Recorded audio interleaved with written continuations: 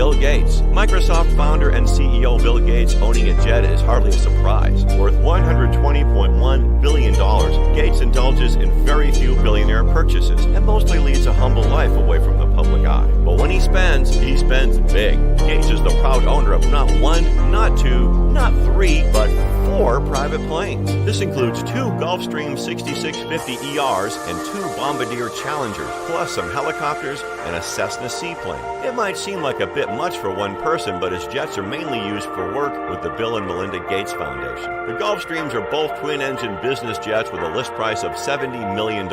It's basically the Rolls-Royce of business jets and can carry 11 to 18 passengers. You might be traveling for relief missions and aid, but the plane itself is an airborne retreat. Spacious interiors make you forget you're on a plane. There are 4 living areas to work, dine, entertain guests, and relax. Catering.